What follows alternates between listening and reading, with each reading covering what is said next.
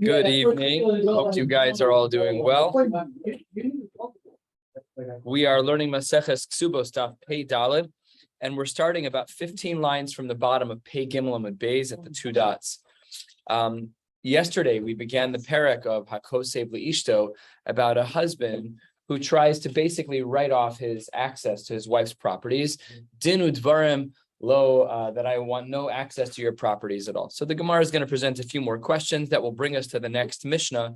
And then in the next Mishnah, we'll slightly change topics. The Gemara opens toward the bottom of Pei Gimel Amud Beis at the two dots. A question was asked in the base medrash. If Kasavla, he writes to her, Dinu dvarim einli benichsech uvepere peros. I want nothing to do with your property and the pere peros. Now, we know that by nichse malug that a husband has access to peros, the initial proceeds of whatever the principal item is of the wife. So let's say she owns an orchard, the husband gets the apples. But here he didn't say that. He said, I want no access to your property and the pere peros.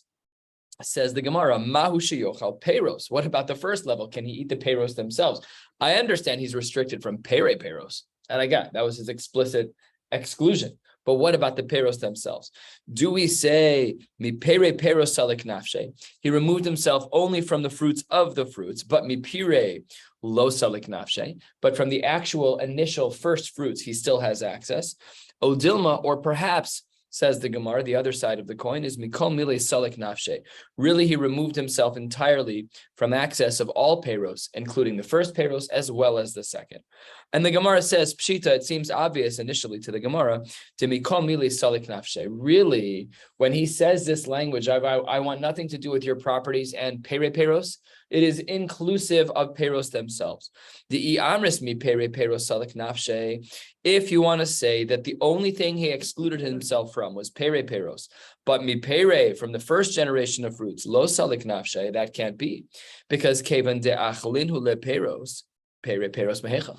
By virtue of the fact that he's eating the peros, if he's eating the peros, then there can't be a second generation of peros because he ate all the apples, he ate all the apple seeds, he ate all the oranges.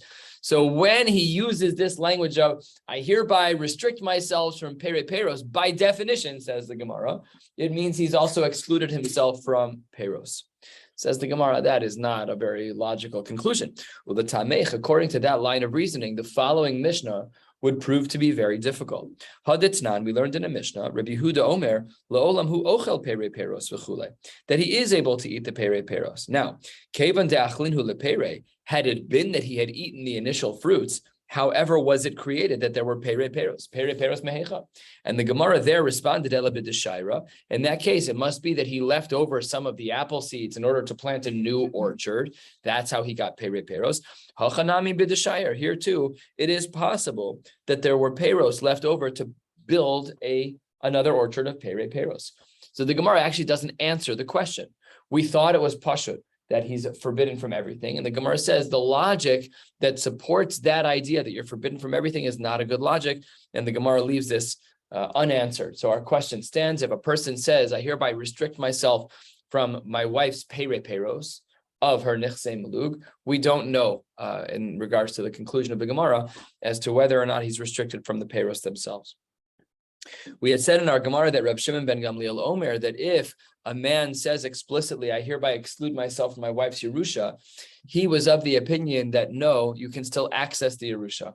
And our Mishnah had said that Kol HaMasnal Mashikasu B'Torah, anyone who makes a stipulation that explicitly goes against the Chumash, your stipulation is a zero. You have no right to do that. None. So the Torah says, we'll see if really the Torah says you get her Yerusha. He says, I don't get the Yerusha. Your stipulation is a zero, just falls flat, nothing to do. So the Gemara says, Amar Rav says, really the halacha is Rabbi Shimon ben Gamliel, but velomi taime. Yes, it's correct. The halacha is like Rabbi Shimon ben Gamliel, that even if a husband stipulates that he doesn't get the Yerusha, he'll still get the Yerusha, but it's not for the logic that Rabbi Shimon ben Gamliel employed. He had employed the logic of anyone kol hamasne al mashikasu b'Torah to na'u batel. He thought anyone who goes against the pasuk in Chumash, that just doesn't work. You can't make a stipulation that's keneged halacha. You want to make a stipulation that I hereby commit to not doing a bris for my son. No, that's not a stipulation. You're just an am haaretz. That doesn't work. Your stipulation will fall flat. I hereby restrict myself from my wife's Yerusha. You can't do that. That's a pasuk in Chumash. That's what Rav Shimon ben Gamliel said. So Rav agrees with the conclusion. The conclusion is that the husband's allowed to access the Yerusha after she dies. However, not for the reason that Rav Shimon ben Gamliel employs. The Gemara is going to now go through 4 different possibilities, the first 3 of which get rejected and the 4th will accept, as to what Rav actually meant. My 4 lines from the bottom, my halacha Rav Shimon ben Gamliel v'lo mitayme. What did Rav mean when he said that the halacha is like Rav Shimon ben Gamliel, but for a different reason? Ilema, if you want to say that the halacha is Rav Shimon ben Gamliel do amari mesa yiroshena, that yes, we hold like Rashbag, that even if she dies, even if he stipulated against the Yerusha, he still gets the Yerusha, but vilav mitaime, but for a different reason. To ilu Rashbag, Savar, Rashbag in our Mishnah, he had said explicitly that masna al mashikasu b'torah tano batel. But Virav Savar Tano Kayam. Rav argued against that. Now, Rav, of course, as we know, was in a Dor HaMa'avar. He lived at a very unique time in the history of the authorship of Mishnayos. His Rebbe was Rabbi Huda Hanasi, who wrote on the Mishnayos. Rav was a Talmud. Really, Rav is kind of not a Tana, but the Gemara usually refers to him as a Tana, Rav Tana Ha'upali. So he was in a special Dor called the Dor HaMa'avar. That's why he's able to argue with Rashbag. So Rashbag was of the opinion that yes, he can get the Yerusha after she dies. But Rav says for a different reason, because Rav held Tna'u Kayam, that if he were to make that stipulation, it would work. So then how can Rav then say the halacha is like Reb Shimon ben Gamliel? Because Savar Yerusha Sabal de Rabbanon. So he has a fundamental machlokas. Do we say that the husband's access to the Yerusha of his wife is a din de oraisa or a din de Rabbanon? Is it biblical or is it rabbinic? And here the Gemara says in the name of Rav that Rav holds that the Yerusha Sabal is de Rabbanon.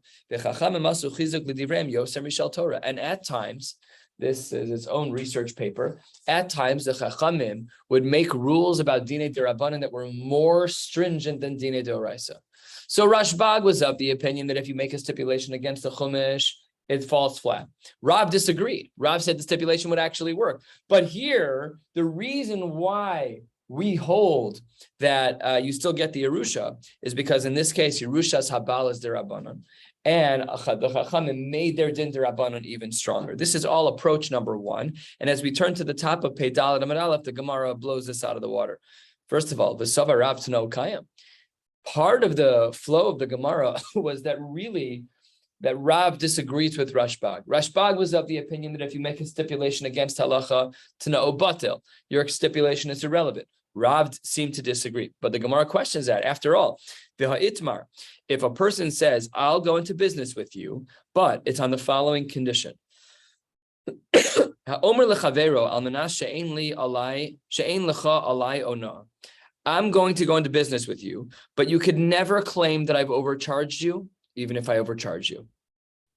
So that's making a stipulation against halacha, because you're not allowed to overcharge me. We know that there's fair market share, whatever the numbers are. So then what does Rav hold? Machlokas. Rav Amar yesh lo alav ona, ushmuel Amar ein lo alav ona. What do we see from Rav? That Rav says you're still allowed to make the claim that there's ona. So the guy tried to make a stipulation keneged halacha. He was masna mashikasu b'torah. He said, I'm going to make a deal with you. We'll go into business, but you can never say I overcharge you. Then he charges you triple the cost. You're standing there like, what? Rav says you can go to Bezdin. Take him to Bezdin. That's no.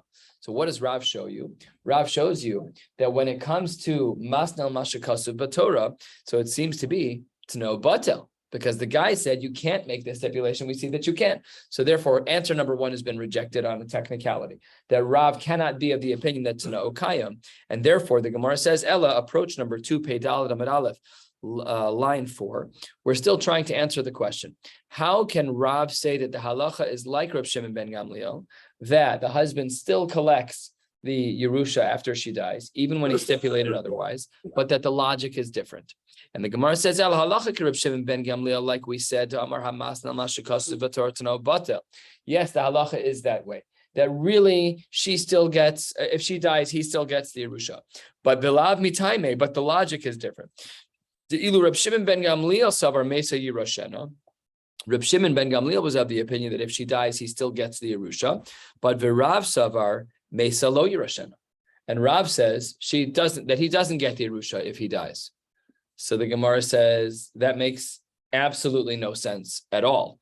In fact, if we were learning Iyun right now, we'd spend a lot of time on this Havamina, because look what the Gemara says.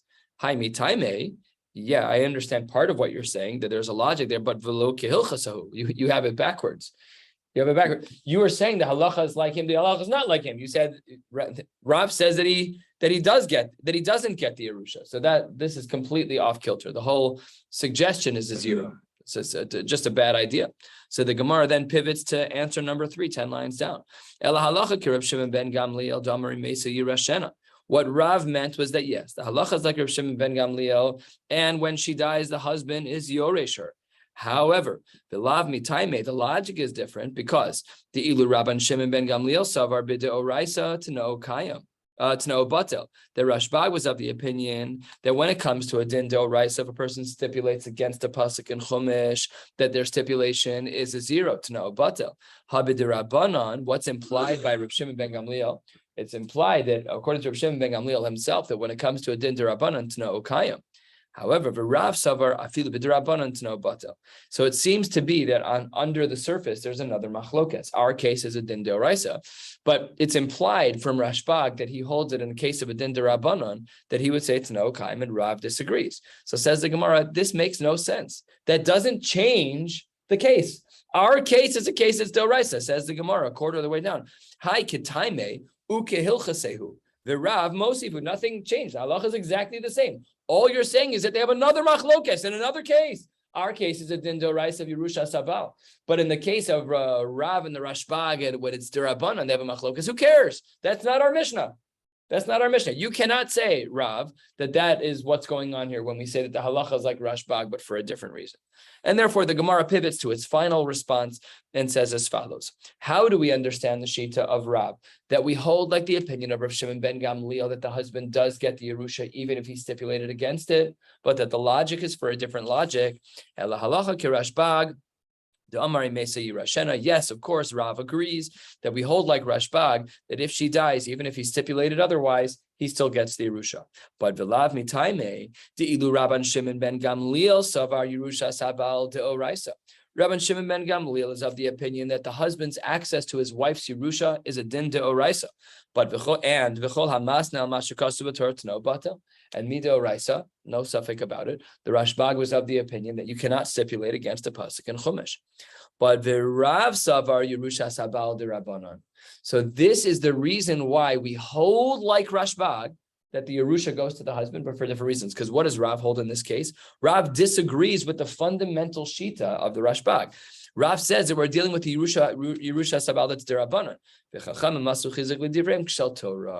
We treat this din derabanan like a din deoraisa. The result is the same, that the husband gets the Yerusha, but the logic is different, which was our starting point. We wanted to understand, how could Rav say that the halacha is like the Rashbag, but that the logic is not like the Rashbag? The Gemara responded, the halacha is like the Rashbag. The reason why the logic is not like that is because whereas the Rashbag holds that the Yerusha of a husband is deoraisa, Rav disagrees. He says it's derabanan. But the reason why he gains access to the Yerusha is because asu chizikli direm yosem mishal Torah. We went above and beyond. And therefore, he has access to the Yerusha. And this is how the Gemara concludes with understanding Rav's statement. The Gemara does have a technical issue with this answer as well, a third of the way down. The Rav savar Yerusha sabal derabanan.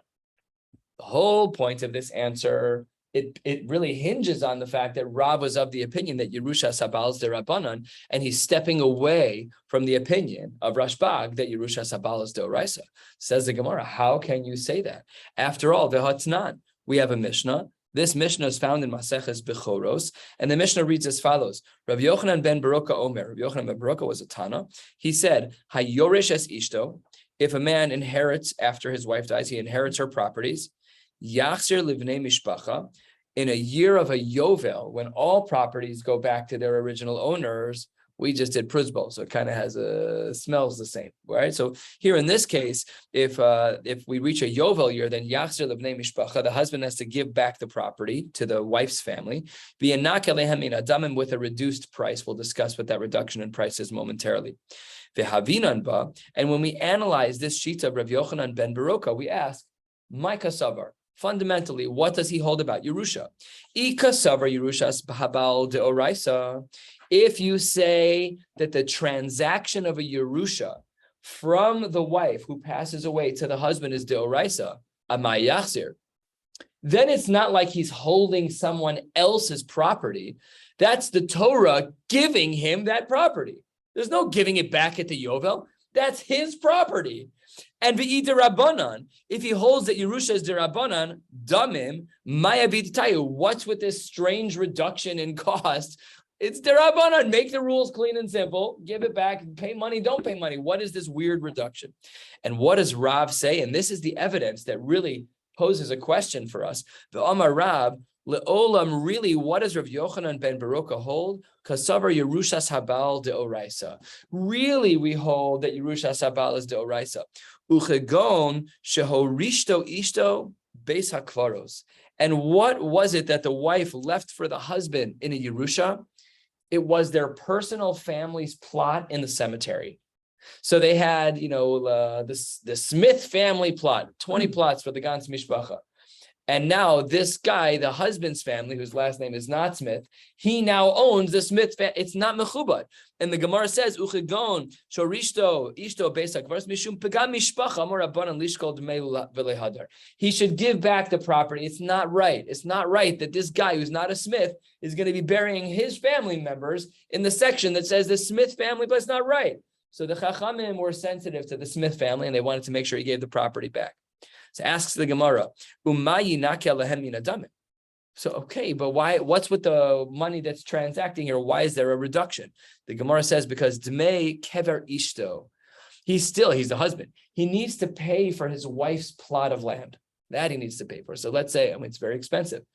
There's a whole big project going on behind the scenes right now with NASC, the National Association for Chevra Kadisha, whatever, whole long story, trying to lower the cost of burial. It's so pricey. And for people who are not of means and they have a, God forbid, urgent scenario, you're talking 10,000 is that's cheap. That's a cheap deal. You got to buy the plot, you got to dig it out, maintenance, not so simple. Okay. Anyways, he has to give back the Dmei Kever Ishto. Kedetanya, HaMocher Kivro, the Derech Kivro, somebody who sells their actual kever, the Derech Kivro, the pathway to their kever, Ma'amado, the place which is like a standing place to see the kever, Umakom Hespedo. Again, our cemeteries are built differently now, but they had 4 different stations for the purchase. The Smith family can just literally go into that property and bury. It's their property. It's their property because of Pegam Mishpacha.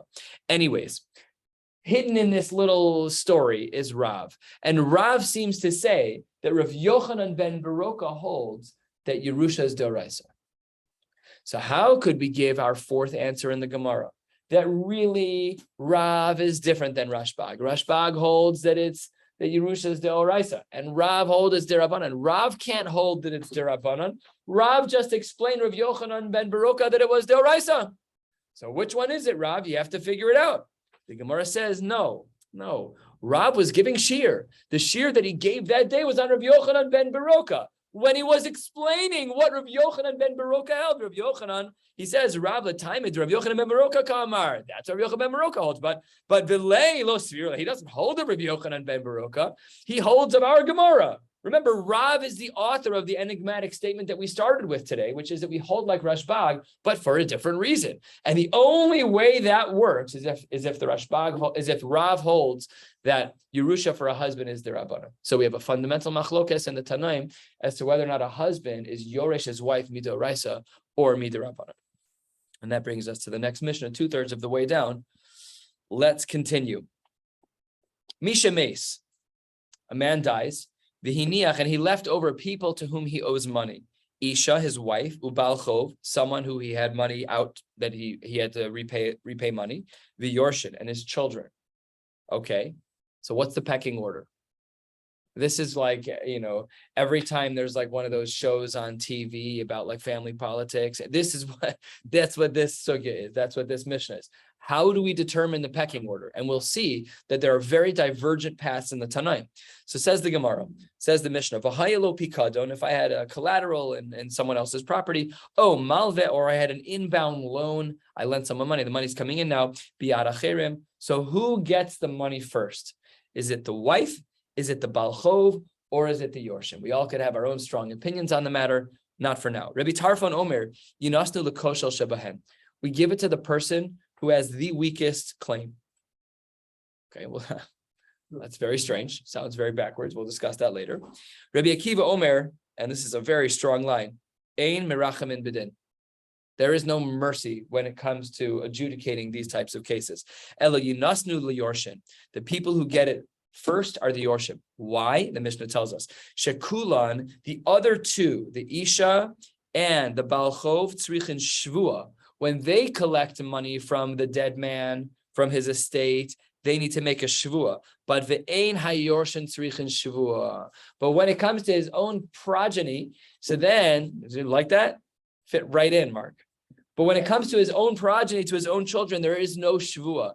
And the Rishonim here explain that means that the Rishonim are more muchzak in that father's money than the other people, more than the wife and more than the Baal Chov. What about another case? Part 2 of the Mishnah. Hiniach peros tlushin mina karka. Let's say that the father who died, or this man who died, he left over fruits that have been separated from the ground. The halacha is in the Mishnah, kol hakodem bahen zocha bahen. First come, first served. Whoever grabs the apples off of the broken limb of the tree, it's theirs. What if zachsa isha yoser miksubasa? Let's say she collected more than the 200 that were in her ksuba. She collected 300, so there's a 100 balance. Or ubal chov yoser al chovo. Or the Baal Chov collects more than it, because remember, it's kol hakodem zacha. He died, everybody runs to the field and they start throwing stuff into a basket. And when she tabulates, she has an extra 100 and he has an extra 100. So what do? Hamosar, for the money that goes beyond the chiyuv that this guy had to these people, that's a machlokas as well, and the same machlokas we just saw. Rabbi Tarfon Omer Yinasnu lekoshel shebahen. We give it to the person with the weakest claim. Rabbi Akiva Omer Ein merachem in bedin. We show no mercy. Ela Yinasnu liyorshim shekulim tzrichin shvua v'nei yorshim tzrichin shvua. That the yorshim get it. They are more muchzak in the father's money than the other ba'alei chov. So the Gemara is bothered first and foremost. When we said that the father actually had some kind of nest egg, it was either in the form of a pikadon or a malveh. Either it was collateral or he had incoming money from a loan. Why both? Just say we found $1,000 that belongs to him. So the Gemara has to paint this picture for us. Why is it that you had to highlight that there were two different sources of income that these Baalei Chov could now collect from? Says the Gemara, tzricha. 2 lines before the wide lines, 10 lines before the bottom of the page. If I only had the case of the inbound loan, so there, behaka amar Rabbi Tarfon. There, Rabbi Tarfon says we give it to the lowest, to the person with the lowest on the totem pole. Because what happens when I give you a loan for money? What's the money for? It's for spending. Or you take out a line of credit on your house, it's for spending. So the zuz that I borrowed, that money's long gone. What I'm paying you back is different coins, different iterations of bills. It's no longer the same thing. And therefore, because mishum de malvelo tzah nitna, therefore Rabbi Tarfon said we give it to the lowest, a person lowest on the totem pole. But maybe aval pikadon de isei be'ene, the pikadon, which was actually the item that was owned by this guy who died, maybe he would have agreed to Rabbi Akiva that ein merachem in bedin. And on the flip side as well, the itanaha, if we only had the case of the pikadon, behaka amar Rabbi Akiva, when there's a pikadon, yes, that's because it's still actually his. Aval behach, when it comes to the malveh, because malveh's lehotzah nitna, because the zuz that I gave, the money that I gave was meant for spending when I lent it to you. So therefore, when I recollect, that's not even the same money. Ema model Rabbi Tarfon. We needed both cases. And really the point of the Gemara is to articulate that the shitas of Rabbi Tarfon and Rabbi Akiva, they are party lines. They're not going to change their opinion based on the circumstances of where this new money comes from for the dead man. It doesn't matter if it's the same product, and it doesn't matter if it's a different product. Any money in this guy's name is collectible. And Rabbi Tarfon will say it's always to the lowest on the totem pole, and Rabbi Akiva will say it's always to the Yorshim. The Gemara says, "My lekoshel." What does it mean, lekoshel? That Rabbi Tarfon has this opinion that we always give monies found in the name of the dead man to the koshel, to the weakest of the bunch. Rabbi Yossi Reb Chanina Omer lekoshel shebiraya, the one who has the weakest proof. And the Rishonim here point out that that's actually the Baal Chov. Rav Yochanan Amar, no, it's actually Kesubos Isha Mishum China. The Kesubos Isha is the weakest one, Mishum China. If she doesn't walk away with some money, she won't be able to beautify herself. She won't be able to make herself marketable to date again. And Rashi here says there's 10 lines from the bottom, Mishum China, Sheyimtzu Ishim Chen Be'enei Hanoshim V'yu Nosos Lahen Shelo Tid'agna Lahafsid Kesubos. Okay, so that's what the Gemara says. Fascinating. It's just a sidebar, but fascinating. Shaila, I had a student who got into a very bad marriage. She got married, very quickly got divorced. She was covering her hair, and she called me and said, "I am like 23 years old. I'm dating. I'm covering my hair. Can I just not cover my hair? Like, this is crazy. I'm not married anymore. Hair is erva when you're married. Is hair erva when you're not married?" Big Shaila in the poskim. Rav Moshe Feinstein has a number of tshuvas on this. I certainly did not know the answer, nor was I ever willing to answer such a question. So at that time, I was learning in the Choshen Mishpah Kolel in the morning. I spoke to Rabbi Zev Cohen. He showed me 2 tshuvas in Igros Moshe, and he said if they apply to her, she can uncover her hair. And Taka, that's exactly what happened. She uncovered her hair. She subsequently got remarried. It's a game changer. When you're 23, it's hard. It's a tough scenario. Anyways, that's what the Gemara was concerned here with different iterations of the case, but they were concerned Mishum China that she should be marketable, and that's why it was important for her to get the ksuba, and that's why, according to Rabbi Yochanan, when Rabbi Tarfon says koshel, he's talking about the isha, he's talking about the wife, not the Baal Chov. Okay, and this is kitanoi. This seems to be like the machlokes Tanim. Rabbi Binyamin Omer lekoshel she beraya v'hu kosher. One is talking about the raya, and that's talking about someone who's a good Baal Chov. Rabbi Lazar Omer lekesubos isha mishum china machlokes in regards to how we understand Rabbi Tarfon. So when Rabbi Tarfon says koshel, in our brains we're going to draw 2 possible lines. One is for the Baal Chov, and one is for the isha. Hiniach peros hatzlushin. So hiniach peros hatzlushin, if there are going to be any fruits that were on a branch and the branch had fallen off the tree and that was part of his property, says the Gemara, I don't understand. Rabbi Akiva, my area mosar. This question needs to be understood. What did we say in our Mishnah? That if a woman over collects peros, she collects peros greater than her ksuba. Her ksuba was 200, she collected 300. We said there's a machlokes, and Rabbi Akiva was of the opinion that the Yorshim get it. The Gemara says, why would Rabbi Akiva say that the woman should keep anything? What did Rabbi Akiva say? Money doesn't go to Yorshim. Ein merachim in bedin. What did Rabbi Akiva say? All the money goes to the Yorshim, not to the woman. She collected 400, 300 zoos worth of fruit.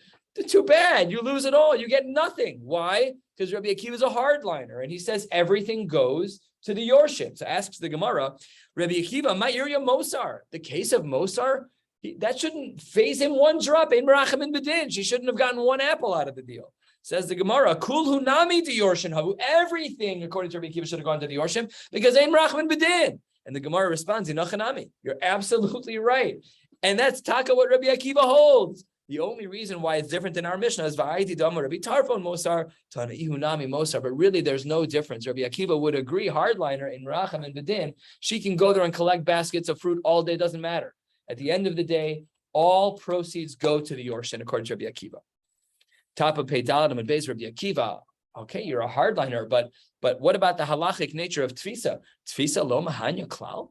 If she goes out there, it doesn't have any bearing at all. Says the Gemara, Amar Rava, Amar Rav Nachman, hu shetapas mechayim. If she would have done that while he was alive, then it would have worked. But once he's dead, everything goes to the Yorshim in this type of scenario. Ula Rabbi Tarfon, according to Rabbi Tarfon, who says that even after death, the tfisa does work. Hold on one second. Where were these items resting? You can't just grab them from anywhere. Where were these items resting? So the Gemara says this is a little bit of a machlokes. Says the Gemara, Rav Shmuel Damre Tarvaihu. What do both Rav and Shmuel say? They're in a public space. They're in a public area.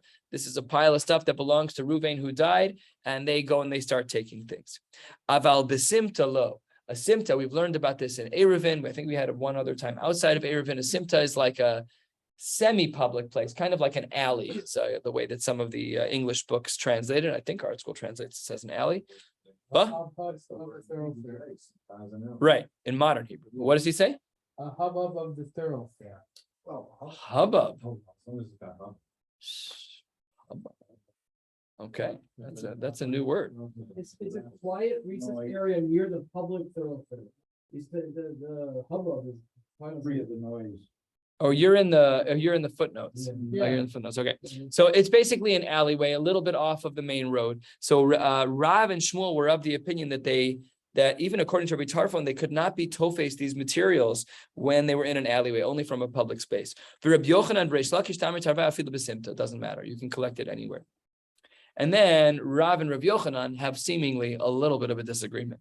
Don Daine, there was a case that came up, Rabbi Tarfon, and the ahadre Reish Lakish leuvda minayu. The din should have been like Rabbi Tarfon about the simta, and then the ahadre Reish Lakish leuvda minayu, and then Reish Lakish he kind of turned things on its head. And the Gemara says, Amar le Rabbi Yochanan asisa kshel Torah. Rabbi Yochanan looks at Reish Lakish and says, "You've made it like Torah." What does that mean? Take a look at Rashi. Rashi's a drop lower than where we are, third of the way down in the Rashis. Asisa.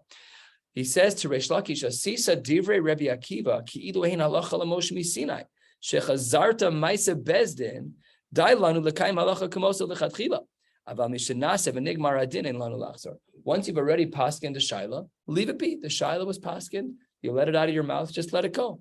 So what is going on here between Reish Lakish and Rav Yochanan? And the Gemara says, "Lema behakam iflagi." Maybe Rav Yochanan and Reish Lakish are arguing about the following. Demar savar ta'abidvar mishnah choser. What does this mean?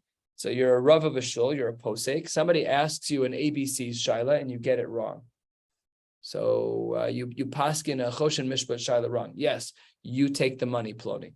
Then Ploni's holding the money, and then he looks up this Sif and Shulchan Aruch. It's like obvious the Rav made an error. So says the Gemara, Mar Savar Tabidvar Halacha Choser. That would be in line with Reish Lakish. Umar Savar Rabbi Yochanan would hold Tabidvar Mishnah Eino Choser. So this is an interesting shaila l'maisa. Now you go into a bezdin, the bezdin paskins the wrong way, and it's clearly the wrong way. So then, what's the din? That seems to be a machlokas. The Gemara says, "Look, really, the kulei alma ta'abidvar mishnah choser." Everyone agrees that if a bezdin were to give out the wrong psak, and I'm not talking about a complex psak, an easy tibal, an easy psak, and they get it wrong, everyone agrees that the money is choser. What are Rabbi Yochanan and Reish Lakish arguing about? Marsavar halacha Rabbi Akiva mechaver v'lo me'rabo. One person is of the opinion that the halacha is like Rabbi Akiva when he's up against any one other person, but not his Rebbe, who was Rabbi Tarfon. Umar savar halacha afilu me'rabo. And some say Rabbi Akiva was so great, he superseded his own Rav, even when he would disagree with Rabbi Tarfon, the halacha would be like him. Another possibility, really, the halacha is like Rabbi Akiva, but not against Rabbi Tarfon. Just a historical question. Mar Savar Rabbi Tarfon Rabo Hava, Umar Savar Chavero Hava. We're not sure. Was Rabbi Tarfon Rabbi Akiva's Rebbe? Yes or no? We don't know. One more final iteration. Everyone agrees Rabbi Tarfon and Rabbi Akiva were peers. They were friends. Some say that when it comes to Rabbi Akiva, it is the halacha. Umar savar matin itmar, that we tend to go like the opinion of Rabbi Akiva, but it's not a slam dunk every time. And that's why Rabbi Yochanan and Reish Lakish were having the argument that they were having. The Gemara now tells a few stories, just agadatas from here out until the end, and we'll stop about 8-9 lines down on the top of Pehei Amud Aleph. Let's get into the stories. We're halfway down, Pei Daled Amud Beis.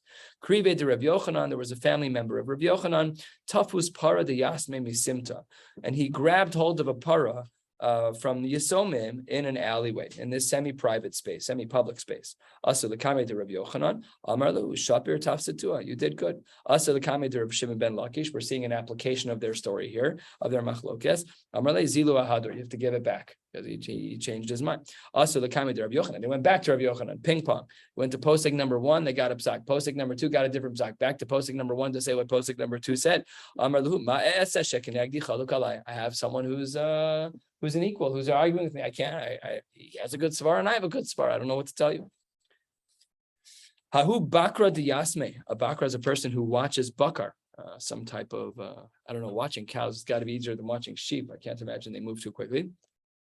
The tafse turamine, and somebody took a tor, somebody took a shore from him. They took an animal. Balchov amar mechaim tfisnale. According to the Balchov, the person who was owed money, he says, I took the cow. I took the bull when the person was alive. Ubakra Amar, the person watching them said, La'achar misa tafse, they took it afterwards. Also the Kavid Rav Nachman, they went to go pose a shaila. Amar le, islach sade the tafse. Do you have any witnesses that saw when you took this particular animal? Amar le lav, he says no witnesses at all.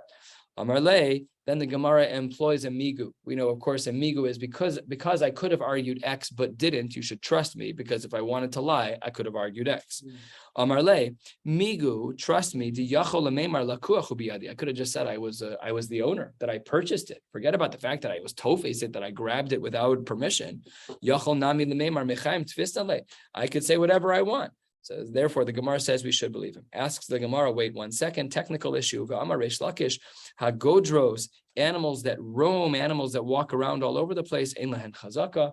You can't have any chazaka about what property that they're in or where they were at any particular time. Says the Gemara, don't worry. Shiny tar de mesir l'ro. These animals tend to stay close to the shepherd. They don't move off very far. The Beinasiya, story of the Beinasiya, whoever the Nasi was at that time, Tafos Amsa Diyas maybe Simta. They took an Amsa, they took a maidservant. It's like literally kidnapping that wouldn't go over well in today's culture. And the Gemara says they took this woman from a Simta, from a semi-public alleyway. Yasi Rabbi Abo, Rabbi Chanina Bar Papi, Rabbi Yitzchak Nafcha. These 3 Amoraim were sitting. The Yasi Rabbi Abba Gabayu. Rabbi Abba was sitting there with them. Amru lahu, they were talking to one another, and they said, yeah, Shapir Tafsitua. They took her in a way that was halachically permissible. Amru lahu Rabbi Abba Mishum de Beinasiya Ninhu. Just because we're talking about the Beinasiya Machnefisu lahu. All of a sudden, you're going to flip your psak. You're all of a sudden so flattering. Wow, what a Talmud Chacham. You're like literally making stuff up. That's not the way we paskin. After all, v'hadon dainik Rabbi Tarfon v'ahadre Reish Lakish uvdaminayu. We know that Reish Lakish was of the opinion that you'd have to return such a woman, return such an item had it been an item that needs to be returned. It says the Gemara. End of story. That was what the Gemara says, that they really should have returned it. So as you can see, this story, this machlokes of Rabbi Yochanan and Reish Lakish, as to whether or not this tfisa, grasping something that really you think should be yours without rishus, is not so simple. Last of the short lines, Yemar Bar Chashu Havu Masik Beizuz Behu Gabra. He had a transaction with a particular person. He was owed money. Shachiv, the person who owed him money, died. The Shavik Arba, he left over a boat. So this guy's like, great. We've seen a lot of yachts confiscated in the last many months. So he's like, this is wonderful. I'm going to go get myself a super yacht. Amar le l'shluche zil tafse ne'ale. He says to one of his guys, go take over the boat. It's, Pier 6 and it's boat 23. That's my boat now because this guy owes me money. So Azal tafse, and he went and he took the boat. Pagu be Rav Papa v'Rav Huna b'Rei Rav Yoshua. He bumps into the great 2 Amoraim of Rav Papa and Rav Huna b'Rei Rav Yoshua. Amru le. Tofes l'balchov, tofes l'balchov b'makom shechav la'acherim. You're taking a boat, but there are other baalei chov that this guy who died owes money to. You're not the only one in line. And you can't make a kinyan like that just by sending your messenger to go do it. Says the Gemara, it wasn't a sufficient move, so they backed off. Then what happened? Well, Rav Papa and Rav Huna b'Rei Rav Yoshua were some of the other Baalei Chov. So they jumped in. Now they weren't sending their messengers; they were doing it themselves. And the Gemara says, "Tafsuhu inhu." The two of them, they tried to take over the boat. Rav Papa Mimlach Muluche, he started rowing the boat. He became a malach in Hebrew with the ches, is a sailor or a captain of a boat. And Rav Huna Bered Rav Yoshua Mimtach Le Be'ashala, and he was pulling on the rope to show that it was his kinyan Meshicha. Mar Omar Ana Kanina Lalakula. One of them said the whole boat is mine. Umar Amar Ana Kanina Lahulakula. No, it's my boat. It's my boat. They're fighting about it. Paga Bahura Pinchas Barami. They bumped into Rav Pinchas Barami. Amar Lahu. He says to the two of them, they're fighting like cats and dogs. Rav Shmuel Damar Tarvayu.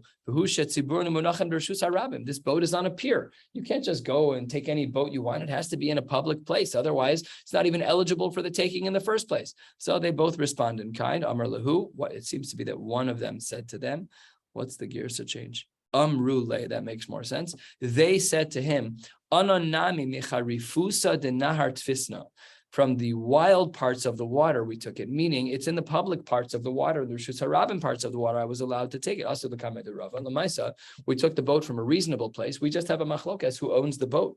So says the Gemara, Amar Lahu, Ka'aki Chivri, you're like white geese, Mishalche Glimi de Inchi. White geese is like a metaphor of sorts. The white is a reference to their age, to their hair. You're older, and geese have a reference to them being Talmidei Chachamim. I don't know what the exact reference is, but that's what the Gemara says. Says you older, wiser gentlemen, you've caused a problem. Glimi de inchi, you're mishalche glimi de inchi. You're taking people's clothes away from them. You're the same criticism you gave guy number one for sending his shal. You have the same problem. You're being tofes b'makom balcho, and tofes b'makom balcho is lo kana. And hachi amar Rav Nachman v'hu shetaf samechayim. This whole conversation only starts had it been that he was alive, but certainly not when he's dead. They all got blown out of the water. Really, their own musar came back to bite them. We're going to stop right here. We'll pick up in Yirtzeh Hashem tomorrow night at 8:40. Wishing you all a good night and a gemar chasina tov.